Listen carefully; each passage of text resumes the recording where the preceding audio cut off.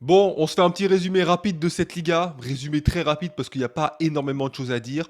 Le Real Madrid s'est imposé 4-1 dans son match. Un match qui vraiment n'a pas été compliqué. Vinicius a été mis au repos. Il a mis une équipe un peu hybride. En même temps, c'est normal, il faut faire tourner. Avec Mbappé, avec Rodrigo. Ça a plutôt fonctionné. Mbappé a fait son meilleur match. Je pense que c'est ça le plus important. Mbappé a fait son meilleur match. Il est de plus en plus en forme. Tu sens que il est libéré de cette pression qui s'était mis de faut absolument que je marque un but dans le jeu, etc. Là, depuis qu'il a marqué quelques buts, tu sens qu'il est plus en confiance. L'air de rien, même si les buts au début c'était des pénaltys, ça aide de marquer des buts. Ça aide de marquer des buts, surtout pour un joueur comme Mbappé, dont les buts c'est très très très important. Donc là, Mbappé il est en confiance, il a mis un super but. Si vous l'avez pas vu, franchement, retournez, allez le voir. Vinicius aussi, il est rentré, il a marqué. Rien à signaler du côté du Real, hormis, ok, on va en parler 10 secondes, oui, Hendrix il a fait une faute, oui, cette faute est méritée carton rouge tous les jours, oui, il n'y a pas eu faute, oui, c'est abusé, ok, voilà. Bon, maintenant, c'est un peu énervant de voir que on parle que de ça maintenant dans les matchs du Real, du Barça. En ce moment, c'est le Real. Ah, mais vous voyez, regardez, encore un trafic. Ça fait des années qu'il trafique, il se passe jamais rien. Le Barça qui se pose en victime. Eh, mais regardez, nous, on n'a jamais rien eu, comme si de leur côté, c'était rien passé. Enfin bon, bref, encore une fois, j'ai dû. C'est dommage, quoi. On veut juste voir du foot. Et encore une fois, je suis ni supporter du Real, ni supporter du Barça. On veut juste voir du foot. Et voilà, le match du Real, il y a eu 4-1. C'était bien. Et après, il y a eu le Barça, le lendemain, qui a remporté son match 1-0. Et là, c'était moins bien. Ce qui était moins bien, c'est pas le match. Ce qui était moins bien, c'est Retafe. Retafe, c'est les catcheurs. C'est comment?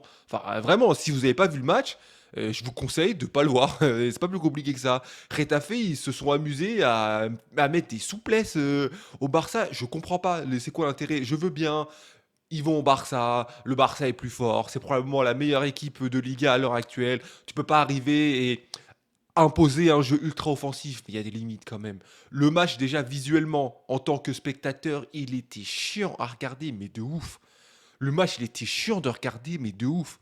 Ensuite, dans le jeu, Lewandowski l'a marqué. Le championnat, de toute façon, ça a toujours été sa cam, toujours aussi fort. Tu sens que cette année, il est en confiance. Donc vraiment, c'est l'année pour Lewandowski en championnat. Je préciserai toujours en championnat. En Ligue des Champions, ce ne sera pas pareil. Mais voilà, Yamal, il a joué. Il devrait peut-être pas jouer autant, si vous voulez mon avis. Il est peut-être temps qu'il se repose un peu parce qu'à la fin du match, on a vu des images de Yamal qui tirait un peu la tronche, hein.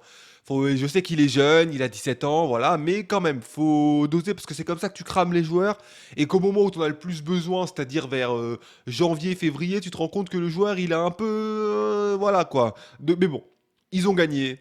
7 victoires en 7 matchs. C'est la meilleure équipe de Liga. Pour l'instant, il n'y a pas photo. Ils maintiennent leur distance. Tant qu'ils joueront comme ça, pour moi, il y a quasiment personne qui pourront les battre.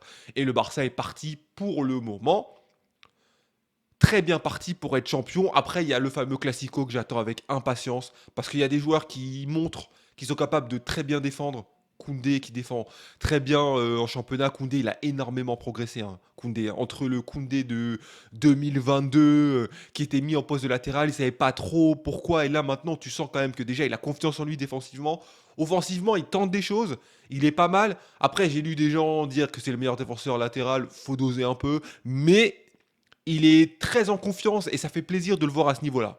Donc il y a beaucoup de certitudes pour le Barça et ça leur permet même dans un match où ils n'ont pas besoin de beaucoup forcer de remporter la victoire et c'est le plus important. Donc maintenant on attend la suite du championnat en espérant qu'il n'y ait plus de polémique et qu'on se concentre juste sur le foot et on va voir ce que ça va donner. Le Real va devoir continuer à imposer son rythme sachant que Mbappé est blessé et serait out pour 3 semaines. Ça, c'est quelque chose de d'assez inquiétant parce que je trouve que Mbappé il commençait juste à s'intégrer à l'équipe. Là, on se dit que c'est mieux, il fait son meilleur match et au moment où il fait son meilleur match, bam, il est plus là pendant 3 semaines. C'est pas ouf, sachant que Bellingham il est encore en phase un peu de reprise, j'ai l'impression. Donc bon, après, s'il a les moyens de faire son 4-4-2 sans Mbappé, ça va. S'il a pas les moyens parce que Kamavinga est encore trop juste, ça risque d'être compliqué. Bon, on a un peu tout mélangé, Real, Barça, voilà, mais bon, vous avez compris. Dites-moi ce que vous avez pensé de ces matchs. Est-ce que vous les avez regardés? Est-ce que vous avez apprécié? Est-ce que j'ai oublié quelque chose? Il n'y a pas de souci, on en discute. Je vous dis à la prochaine. Ciao!